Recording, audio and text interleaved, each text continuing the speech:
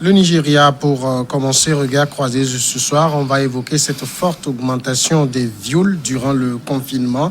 C'est un rapport de la police qui le dit. Nous irons aussi au Sénégal, où la société civile est vent debout contre les symboles du colonialisme. Le Mali, le président Ibrahim Boubacar Keïta tend la main au mouvement de contestataires. Et puis le Togo, le non-respect du port obligatoire de masques expose les contrevenants à de gros risques. Voilà donc le menu pour ce soir. Et nous analysons tous ces sujets avec Credo Tété, le médium. Bonsoir Credo. Bonsoir Samuel. En face à vous, Ambroise Ponjo, The Guardian. Bonsoir Ambroise. Oui, Samuel, bonsoir. Bonsoir Credo, bonsoir les téléspectatrices et les téléspectateurs de la New World TV. Et merci à vous d'avoir accepté l'invitation de cette C'est émission. avec plaisir. On commence avec le Nigeria. Le Nigeria a connu une forte augmentation des cas de viol et de violences domestiques contre les femmes pendant le confinement dû à la pandémie de Covid-19, selon l'inspecteur général de la police. À cause des restrictions liées au Covid-19, nous avons observé une augmentation des cas de viol et de violence envers les femmes, a déclaré à la presse Mohamed Adamou dans la capitale fédérale Abuja. De janvier à mai 2020, par exemple, nous avons enregistré environ 717 viols signalés dans tout le pays. 717 viols, c'est énorme. Oui, 717 viols. Donc, il y a au moins, selon la police nigériane, 799 suspects. Donc, c'est assez énorme. Donc, c'est dire que les gens ont métamorphosé le confinement et les gens se sont défoulés dans l'abus sexuel et au-delà du viol. Donc, on peut même parler de crimes sexuels. Donc, c'est une situation assez dommageable et c'est une situation qui inquiète parce que lorsqu'on parle de confinement, c'est de respecter les gestes barrières, mais si la fréquentation, la promiscuité entre les êtres humains a donné, donné cours à ces genres de viols et puis de violences faites aux femmes, donc il faut interroger l'homme. L'homme grand âge est placé au centre de cette interrogation. Donc c'est dire que les relations interhumaines n'ont pas été au beau fixe. Là, on peut parler de violence. Et si dans les foyers n'ont pas pris le temps de mieux se connaître et de se mettre ensemble. Avant le confinement, c'est vrai, donc les gens quittent la maison le matin, c'est le soir qu'ils reviennent. Le temps de faire une heure ou bien 2 heures avec leur femme, donc ils vont au lit et le lendemain, donc ils sont les premiers encore à quitter la maison. Maintenant, avec le confinement, les gens ont passé, près de...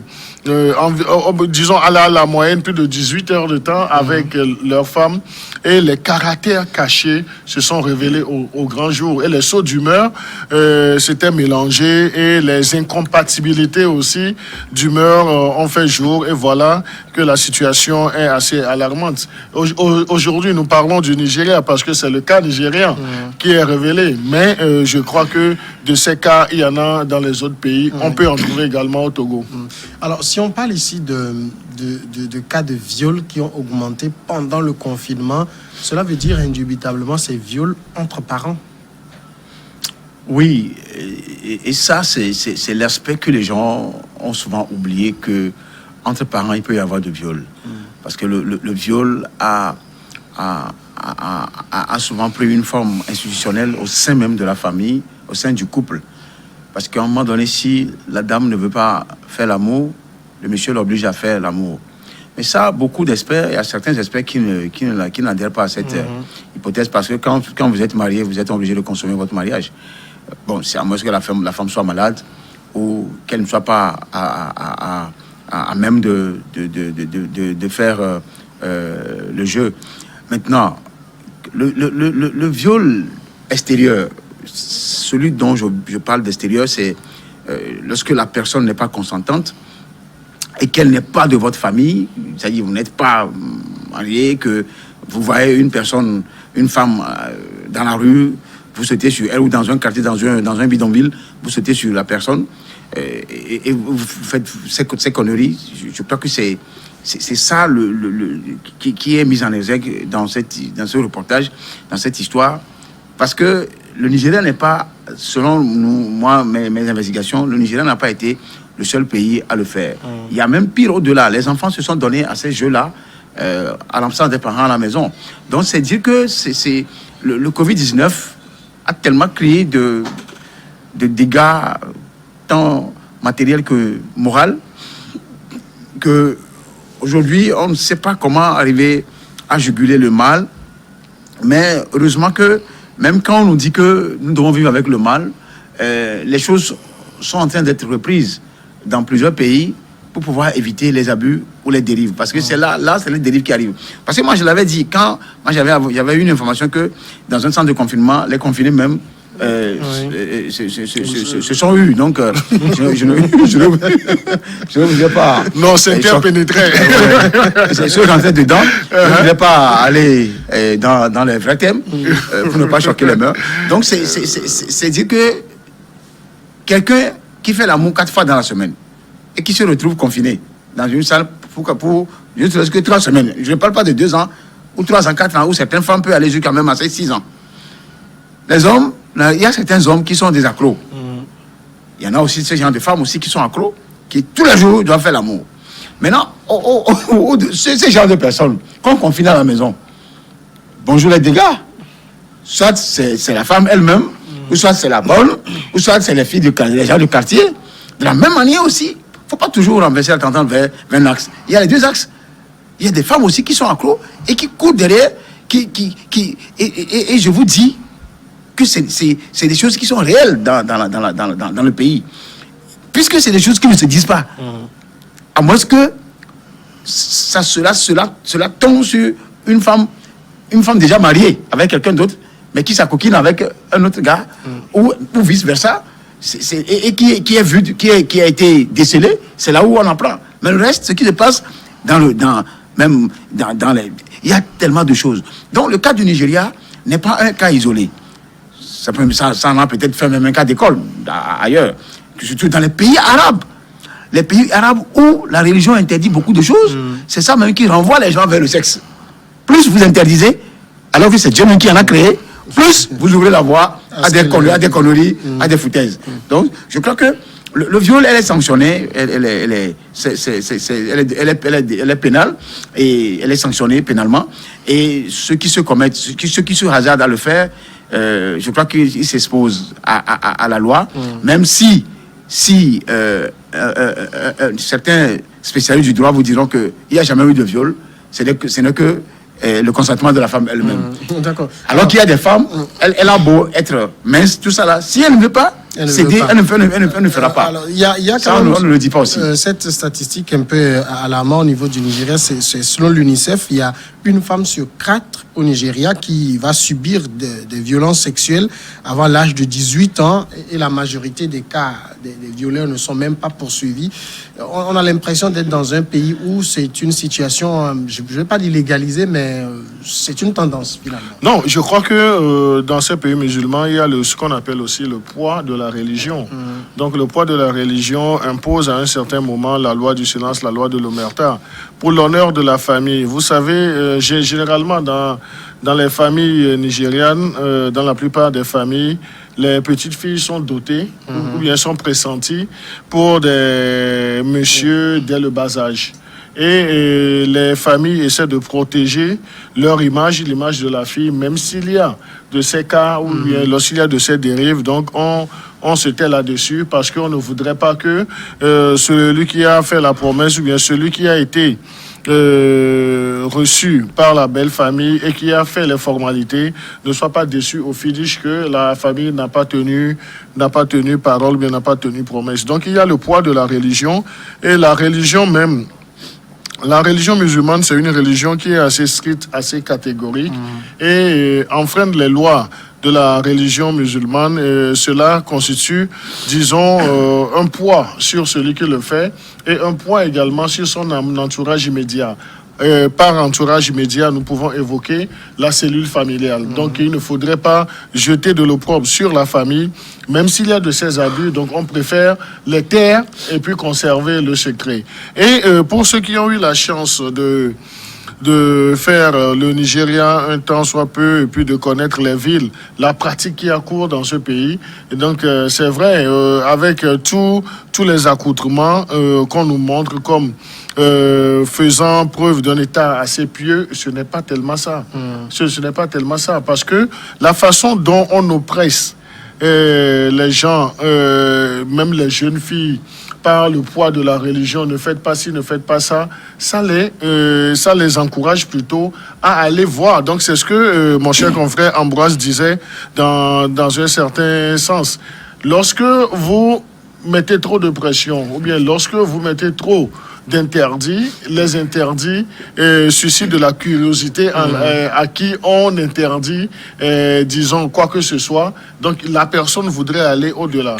Mais si la personne n'est pas libre de ses faits et gestes, donc la personne ira quand même voir ce qui est caché derrière le voile. Mais la personne ferait ça, disons, en toute discrétion pour ne pas parler de cachotterie. Donc voilà ce qui est, ce qu'on peut, les conséquences même de d'une religion assez drastique, assez limée, là, comme la religion musulmane. Ça a de ces côtés qu'on peut appeler les dérives même de la religion. En même temps, ceux qui veulent, par exemple, aller explorer, j'allais dire, les confins de ces interdictions, on va parler là de consentement, mais aussi il s'agit de viol. Oui, de viol du moment où les dotations même en mariage se font sans tenir compte de ce qu'on peut appeler l'intergénération. Donc, les âges qui se pénètrent sans aucune pudeur. Et vous verrez pratiquement dans les pays musulmans, si vous prenez l'âge de la fille qu'on veut donner en mariage par rapport à l'âge du prétendant, c'est le jour et la nuit. Donc, c'est dire que le poids de la famille, le poids de la religion a tellement pesé dans ce genre de choses que ce ne sont pas tous les mariages qui sont des mariages assez consentants. Si nous prenons, je parle de la religion musulmane. Oui. Donc là, il y a l'influence de la famille ou bien le choix du papa pour ne pas décevoir le papa. On est obligé des fois d'aller dans des genres de mariage, et lorsque on n'y va pas dans un lieu de mariage avec la volonté, avec toute cette conviction, donc les portes sont ouvertes pour tous les dégâts. Et c'est ce qui arrive pour la plupart des femmes musulmanes. Je dis, je mets bien en griffe, pour la plupart des femmes musulmanes, c'est difficile pour celles qui ont été données en mariage sans leur consentement, sans avoir appris à aimer le monsieur en question. Ce sont des femmes qui passent par les petites portes. Alors, il y a la ministre de la Condition féminine, Pauline Talen, qui a estimé que le nombre de cas d'abus contre les femmes avait simplement triplé, mais elle ne parle pas que des femmes, elle parle également d'abus contre les enfants. Parce que là, ça devient carrément autre chose quand ces messieurs qui se livrent à ces actes de violence sexuelle s'attaquent aux enfants aussi. Oui, c'est là où se trouve le drame. Violer les enfants, je trouve que c'est de la folie. Si ce n'est pas de la folie, soit c'est de la démence. Parce que j'ai suivi un reportage ce matin, ça ce n'est pas le viol. Les drames sont légion. Les hommes aussi sont violés, alors ça on ne le dit pas. J'ai suivi sur les réseaux sociaux un homme qui a été violé par trois femmes. Donc c'est des cas... Dans une voiture? Je ne sais pas. Je n'ai pas lu totalement l'article, mais j'ai vu l'homme vraiment hagard. C'est comprendre qu'il a subi effectivement du viol. Ça on ne le dit pas. Bon, parce que les hommes ne portent pas plainte, justement. Comment un homme peut aller porter plainte parce qu'il a été violé? Vous savez, il y a la tradition africaine qui est différente de ce qui se passe en Occident. Je crois qu'il ne faille même pas mélanger les choses. Mais ce qui est choquant, c'est le cas des pays sahéliens, surtout le Niger, le Mali, peut-être la Guinée, le Burkina, où c'est vrai que dans certains pays où la religion chrétienne est un peu intégrée, comme le Burkina, les choses sont réduites, tout comme comment vous l'appelez, les ablations de l'utérus, des tout ça là, l'excision a diminué. C'est de la même manière, le viol aussi a diminué dans certains pays comme le Burkina. Mais au Niger, au Niger, c'est le top même. L'enfant de 12 ans, elle est déjà mariée. C'est-à-dire, elle est déjà prédisposée à être mariée, elle est déjà destinée à un homme. Donc, dans ces conditions, les gens qui sont habitués à se marier avec une fille qui a son 5e âge, c'est ça, non? Quelqu'un qui a 40, 50 ans, qui se marie avec 12 ans. C'est normal que quand il va trouver un enfant de 8 ans ou de 12 ans, il va faire la même chose. C'est ça. C'est les conditions qui prédisposent certains à aller dans ce sens. Au Maroc, il y en a aussi le viol dans les pays-là. Oui. Pays du Maghreb, le Maroc, Algérie, d'une moindre mesure, surtout au Maroc et en Tunisie. La Tunisie, maintenant, est un pays pratiquement des droits de l'homme et occidentalisé. Donc, les gens ont peur de s'aventurer. Quand les gens veulent se marier et qu'ils n'ont pas aussi l'argent pour aller doter la femme, alors que, physiologiquement, l'homme est un animal. Et un animal qui veut se défouler, normal, qu'il doit trouver une femme. Trouver une femme, c'est comme en Europe. Tu ne peux pas te jeter comme nous on le fait ici. Hein. Ah, mademoiselle, tu me plais. Ça, en Europe, c'est pas comme ça. Même dans les pays maghrébins, là. Tu dis ça c'est violé contre c'est aller à l'encontre de la loi coranique, de la loi musulmane, dans les pays égyptiens, algériens et soudanaises et tout ça. Donc, quelqu'un qui il trouve une occasion dans un bidonville, à l'étape, c'est ça les causes de ces genres de viols. Ce qui n'est pas à avaliser, mais plutôt à lutter de façon féroce contre ces genres de comportements. Mais ça doit amener aussi ces pays-là à revoir leur législation en matière de dégel de la situation. Parce que morphologiquement, nous sommes créés pour produire et reproduire entre hommes et femmes. Des voyous qui s'adonnent à l'homosexualité, tout ça se fait leur problème. Moi, je ne peux même pas aller sur ce terrain. Mais je dis, les hétérosexuels, l'homme a créé la femme pour l'homme. C'est-à-dire que la femme a été créée pour l'homme, je veux dire. Et l'homme a été créé pour la femme. Donc, dans ce sens-là, si l'homme ne trouve pas la femme, il y a des choses qui arrivent. Heureusement qu'au Togo, il y a aussi ces genres de cas qui sont vraiment insidieuses, mais ce n'est pas à cette échelle-là qu'on connaît au Nigeria. Au Nigeria, le problème, c'est la démographie. C'est la démographie. Et je vois mal que dans un pays où les femmes sont plus nombreuses, comme chez nous aussi partout, les hommes ne trouvent même pas une seule femme à marier, ils s'en vont faire le viol. Ce n'est pas normal. Ce n'est pas normal. Donc, je crois que j'ai parlé de législation qu'il faut revoir dans les pays maghrébins et autres, et de revoir la tradition un peu trop pointue dans les pays sahéliens. C'est les éléments, hein. C'est les éléments qui participent à ce système à ce comportement de viol qui est condamnable. Et, à tout point de vue. Oui. Première pause et nous revenons après.